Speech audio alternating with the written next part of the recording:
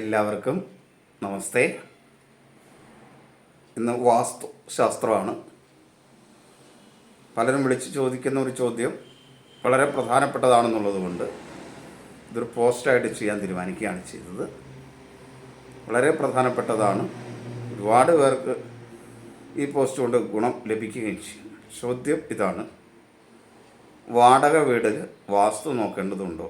അഥവാ നമ്മൾ വാടകയ്ക്ക് എടുക്കുന്നൊരു വീട്ടിൽ വാസ്തുവിനെ കുറിച്ച് ചിന്തിക്കേണ്ട കാര്യമുണ്ടോ എന്നാണ്. ഉത്തരം വളരെ ലളിതമാണ്. നിങ്ങളവിടെ സമാധാനമായാണ് ജീവിക്കാൻ ആഗ്രഹിക്കുന്നതെങ്കിൽ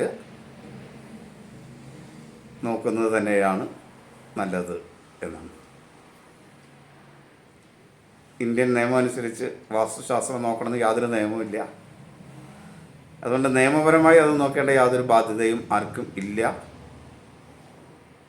അതുകൂടെ മനസ്സിലാക്കുക. അതൊരു നിയമപരമായ കാര്യമല്ല, വിശ്വാസത്തിൽ അധിഷ്ഠിതമായത് തന്നെയാണ്. നമ്മുടെ പൂർവിക ആചാര്യന്മാർ നല്ലത് എന്ന് പറഞ്ഞിട്ടുള്ളത് നല്ലതായി സ്വീകരിക്കുകയാണ് നല്ലത്. ദോഷമുള്ള ഒരു സ്ഥലത്ത് നമ്മൾ വസിക്കുന്നുവെങ്കിൽ ആ ദോഷം നമ്മളെയും ബാധിക്കും. ഇതാണ് ശാസ്ത്രം പറയുന്നത്. കാരണം അനുഭവം കൊണ്ടും പലയിടത്തും പലരും വന്ന് പറയുന്നതിൽ നിന്നൊക്കെ മനസ്സിലാക്കിയിട്ടുള്ള കാര്യവും ശാസ്ത്രം പറയുന്നതും നമ്മൾ എവിടെയാണോ താമസിക്കുന്നത് ആ താമസിക്കുന്ന സ്ഥലത്തിൻ്റെ ഗുണദോഷങ്ങളെ ആ താമസിക്കുന്ന വ്യക്തികളിൽ കാണാൻ കഴിയുന്നതാണ്. ആ വ്യക്തികൾക്ക് അത് അനുഭവയോഗ്യമായി വരും. ചില വീട്ടിലേക്ക് ചെന്നതിന് ശേഷം എല്ലാം നശിക്കുന്നവരുണ്ട്. വാടകയ്ക്ക് ചെന്നാലും ചില വീട്ടിലേക്ക് ചെന്നാൽ അവിടെ താമസിച്ചവർ വളരെ സമാധാനമായിരുന്നു. കാര്യം ഇച്ചിരി സാമ്പത്തിക ബുദ്ധിമുട്ടുണ്ടെങ്കിലും മനസ്സമാധാനം വളരെ ഉണ്ട് എന്ന് പറയുന്ന വീടുണ്ട്. വാടക വീടാണ്, പക്ഷെ ചിലയിടത്ത് വാടക വീട്ടിൽ ചെന്നാൽ എല്ലാ കാര്യങ്ങളും സുഖകരമായിരിക്കും എന്ന് പറയുന്നവരും ഉണ്ട്. ഇതിൻ്റെയൊക്കെ അടിസ്ഥാനപരമായ കാരണം വാസ്തു എന്ന് പറഞ്ഞാൽ ആ സ്ഥലമാണ്. ആ സ്ഥലത്ത് നിർമ്മിച്ചിരിക്കുന്നത് വാസ്തുശാസ്ത്രപ്രകാരമായ നിർമ്മാണമാണെങ്കിൽ അതിൽ താമസിക്കുന്നവർക്ക് ഗുണകരമായിരിക്കും. മനസ്സിന് സന്തോഷവും സമാധാനമൊക്കെ ഉണ്ടാവും. വാസ്തുശാസ്ത്രത്തിൻ്റെ പ്രധാന ഉദ്ദേശം അവിടെ താമസിക്കുന്നവർക്ക് സുഖവും സമാധാനവും കിട്ടുക എന്നുള്ളതാണ്. നല്ല രീതിയിൽ വായു സഞ്ചാരം കയറുന്നതിനാവശ്യമായ കാര്യങ്ങൾ ചെയ്യുക, സൂര്യനുമായി ബന്ധപ്പെട്ട് പ്രതികൂലമാകാത്ത രീതിയിൽ വീട് നിർമ്മിക്കുക എന്നിവയാണ്. അപ്പോൾ അവിടെ താമസിക്കുന്നവർക്ക് സർവചരാചരങ്ങളെയും നിലനിർത്തി പോരുന്നത് സൂര്യനാണ്. അതിന് പ്രതികൂലമായ രീതിയിലുള്ള ഗ്രഹമാണ് ഇരിക്കുന്നതെങ്കിൽ ആ ഗ്രഹത്തിൽ താമസിക്കാതിരിക്കുന്നത് തന്നെയാണ് നല്ലത്. അതേപോലെ അതിൻ്റെ വാതിലുകൾ, ജനലുകൾ, ദ്വാരം എന്ന് പറയും. ആ ദ്വാരങ്ങൾ, വാതിൽ, ജനൽ തുടങ്ങിയൊന്നും യഥാസ്ഥാനത്തല്ലെങ്കിൽ ഒരു വീട്ടിൽ താമസിക്കാൻ ചെന്നാൽ അത് അനുയോജ്യമായിരിക്കില്ല. താമസിച്ച് കഴിയുമ്പോഴാണ് പലരും അതിൻ്റെ ബുദ്ധിമുട്ടറിയുക. ഇപ്പം ഞാൻ തന്നെ പല വീടുകളിലുമൊക്കെ പോയി നോക്കിയത് 2-3 വർഷമൊക്കെ അവിടെ താമസിച്ച് കഴിഞ്ഞിട്ട് പ്രശ്നം ഉണ്ടാകുമ്പോഴാണ്. വീട്ടുകാരായിട്ടല്ല, വാടകയ്ക്ക് കൊടുത്തവരുമായിട്ട് പ്രശ്നമൊന്നുമില്ല, പക്ഷെ അവിടെ താമസിക്കുമ്പോഴാണ് പ്രശ്നം. അപ്പോൾ അത് മാറണം. കാര്യം വീട്ടുകാർ നല്ല മനുഷ്യരാണ്, ആ വാടകയ്ക്ക് തന്നിട്ടുള്ളവർ നല്ലവരാണ്, നല്ല മനുഷ്യരാണ്, അവരുമായിട്ട് യാതൊരു പ്രശ്നമില്ല. പക്ഷേ അവിടെ ഒരു സമാധാനമില്ല, ഒരു വിഷമമാണ്, ആകെ പ്രയാസമാണ്. അവിടെ ചെന്ന് നോക്കുമ്പോൾ വാസ്തുപരമായി പല പ്രശ്നങ്ങളുണ്ടാവും. പിന്നെ അത് കൈകാര്യം ചെയ്യാനൊക്കെ ബുദ്ധിമുട്ടാണ്. അപ്പോൾ അത് മാറുക, അത് നിങ്ങൾ മാറുന്നത് തന്നെയാണ് നല്ലത് എന്ന് പറയുക മാത്രമേ അവിടെ നിർവാഹമുള്ളൂ.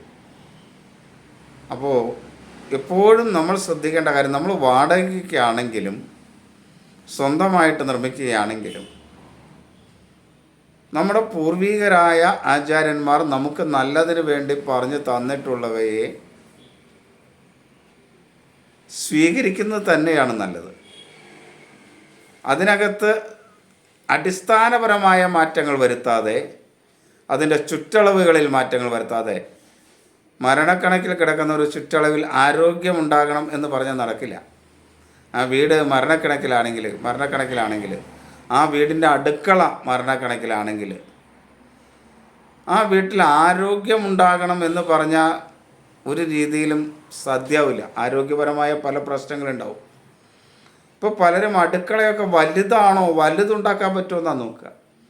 അടുക്കള ക്രമാതീതം വലുതായാലും കൊള്ളില്ല. വാസ്തുശാസ്ത്രം അത് യുക്തമായിട്ട് പറയുന്നില്ല. എങ്കിലും അതിൻ്റെ കണക്കുകൾ ഉത്തമമാണെങ്കിൽ വലുപ്പം കൂടുതലാണെന്നുള്ള ദോഷം ഉത്തമമെന്ന കണക്കിൽ തീർക്കാം എന്നുള്ളത് കൊണ്ട് മധ്യമമായിട്ട് നിൽക്കും.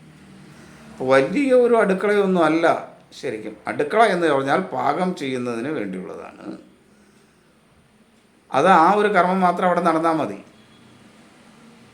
ഭക്ഷണം കഴിക്കാനും മറ്റ് കാര്യങ്ങൾക്കൊക്കെ ഇപ്പോൾ ഡൈനിങ് ഹാൾ, ഡൈനിങ് റൂം എന്നൊക്കെ പറഞ്ഞ് നിർമ്മിക്കപ്പെടുന്നത് കൊണ്ട് അത്രയ്ക്ക് വലിയ അടുക്കളയുടെ ആവശ്യമില്ല. അവിടെ സന്തോഷകരമായ അവസ്ഥ കിട്ടുന്നതിന് ആവശ്യമായ കാര്യങ്ങളൊക്കെ ചെയ്യാനായിട്ട് ശ്രമിക്കുക എന്നർത്ഥം. ആ വീട് വലുപ്പം കൂടുതലാണെങ്കിൽ അതനുസരിച്ച് അടുക്കളയ്ക്ക് വലുപ്പം കൂടുതലാവണം. വളരെ കുഞ്ഞു വീടും എൻ്റെ പകുതിയിൽ കൂടുതൽ അടുക്കളയും ആകുന്ന അവസ്ഥയൊന്നും അത്ര മേന്മയുള്ളതായിട്ട് അനുഭവത്തിൽ വന്നിട്ടില്ല എന്നാണ് പറയാൻ കഴിയുക. വലിയ അടുക്കളയിൽ എപ്പോഴും ദാരിദ്ര്യം ഉണ്ടാകും എന്നാണ് അനുഭവം കാണിക്കുന്നത്. ഇതിനകത്ത് പറയുന്നത് ശരിയാണോ എന്ന് സ്വന്തം അനുഭവത്തിലൂടെ അറിയാവുന്നവർ അതിൽ കമൻറ്റ് ചെയ്യുക. വാടക വീടൊക്കെ ഒരു വാസ്തു നന്നായി അറിയാവുന്ന ഒരാളെ കൊണ്ട് നോക്കിച്ചിട്ട് എടുക്കുന്നതാണ് നല്ലത്. പിന്നെ അത് അത്ര അനുകൂലമല്ല, ചെറിയ മധ്യമാവസ്ഥയൊക്കെ ആണെങ്കിലും അഡ്ജസ്റ്റ് ചെയ്ത് പോകാം.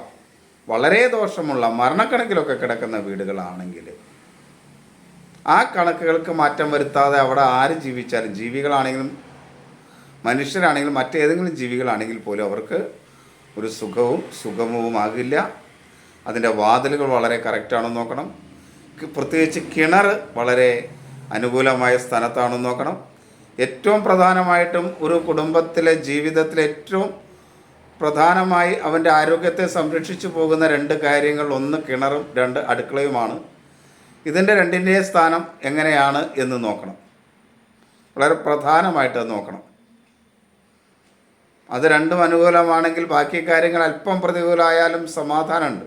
ഈ രണ്ടും അനുകൂലം അല്ലാതെ വരാൻ പാടില്ല. ഈ രണ്ടും അനുകൂലം അല്ലെങ്കിൽ വളരെയധികം ദോഷങ്ങളൊക്കെ ഉണ്ടാകും.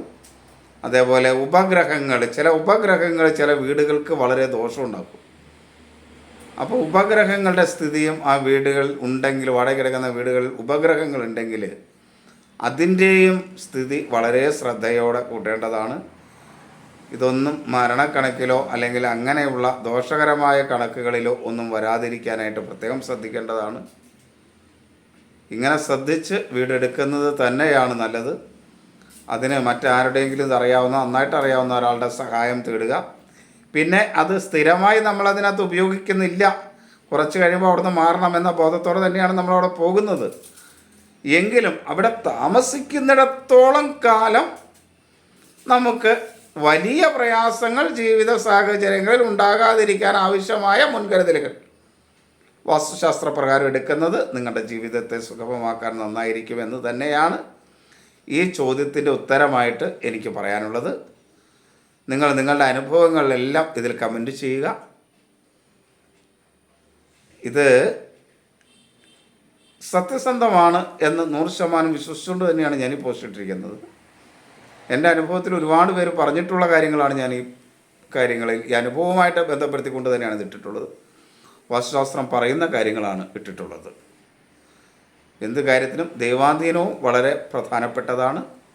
എത്ര നല്ല വീട്ടിലാണെങ്കിലും ദൈവാധീനമില്ലാത്ത പ്രവർത്തികളാണ് അവിടെ ചെയ്യുന്നതെങ്കിൽ, എത്ര വാസ്തുശാസ്ത്രം അനുയോജ്യമായ വീട്ടിലാണെങ്കിലും ദോഷങ്ങൾ തന്നെയായിരിക്കും. അതുകൊണ്ട് ഈശ്വരാധീനം ഉണ്ടാക്കുന്നതിന് വേണ്ട കർത്തവ്യങ്ങൾ, നാമജപാതി കാര്യങ്ങളൊക്കെ എല്ലാ വീടുകളിലും വേണം. ഒരു വിളക്ക് കത്തിച്ച് വയ്ക്കുക, ഈശ്വരനെ ആരാധിക്കുക. രാവിലെയും വൈകിട്ടും ഒരു വിളക്ക് കത്തിച്ച് വെച്ച് ഭഗവാനെ ആരാധിക്കുക. ഒരു ചന്ദനത്തിരി, ഇപ്പോൾ ചന്ദനത്തിരിയൊക്കെ വരുന്നത് അത്ര നല്ലതാണോ എന്ന് ചോദിച്ചാൽ അല്ല, എങ്കിലും മനസ്സിനിണങ്ങുന്നുവെങ്കിൽ ഒരു ചന്ദനത്തിരി കത്തിച്ച് വയ്ക്കുകയൊക്കെ ചെയ്യുന്നത് നന്നായിരിക്കും. ഇങ്ങനെയൊക്കെ ചെയ്ത് ആ വീട്ടിലൊരു സന്തോഷാവസ്ഥ ഉണ്ടാക്കിയെടുക്കണം. അത് എത്ര നല്ലതാ വീടാണെങ്കിലും ഈ വിളക്ക് കത്തിക്കലും ഇങ്ങനെയുള്ള രീതികളുമൊക്കെ അനുഷ്ഠാനങ്ങളൊക്കെ ഉണ്ടായാലാണ് കൂടുതൽ സന്തോഷം അതിൽ നിന്ന് ഉണ്ടാവുള്ളൂ എന്ന് കൂടെ മനസ്സിലാക്കുക. അപ്പോൾ വാസ്തുശാസ്ത്രപരമായ അനുകൂല സ്ഥിതിയും ഈശ്വരാധീനത്തിന് വേണ്ടിയുള്ള നമ്മുടെ പ്രവൃത്തികളും കൂടെ ചേരുമ്പോഴാണ് ഒരു കുടുംബം ഏറ്റവും വാസയോഗ്യമായി തീരുന്നത് എന്ന കാര്യം മനസ്സിലാക്കുക. നമ്മളുടെ പ്രവൃത്തിയും വാസ്തുശാസ്ത്രവും കൂടെ അനുയോജ്യമായി വരുമ്പോഴാണ് ഒരു ഗൃഹം വാസയോഗ്യമായി തീരുന്നത്. അത് വാടകയ്ക്കാണെങ്കിലും സ്ഥിരമായി നമ്മൾ പണിയുന്നതിലാണെങ്കിലും. എല്ലാവരെയും ഈശ്വരനെ അനുഗ്രഹിക്കട്ടെ എന്ന് പ്രാർത്ഥിക്കുന്നു. എല്ലാവർക്കും നമസ്തേ. ഇത് ശരിയാണെന്ന് നിങ്ങൾക്ക് തോന്നുന്നെങ്കിൽ ഇത് ഷെയർ ചെയ്യാനായിട്ട് മടിക്കരുത്. നിങ്ങളുടെ അഭിപ്രായങ്ങൾ കമൻ്റായിട്ടും ചെയ്യാം. എല്ലാവർക്കും നമസ്തേ. അമ്മേ ദേവി.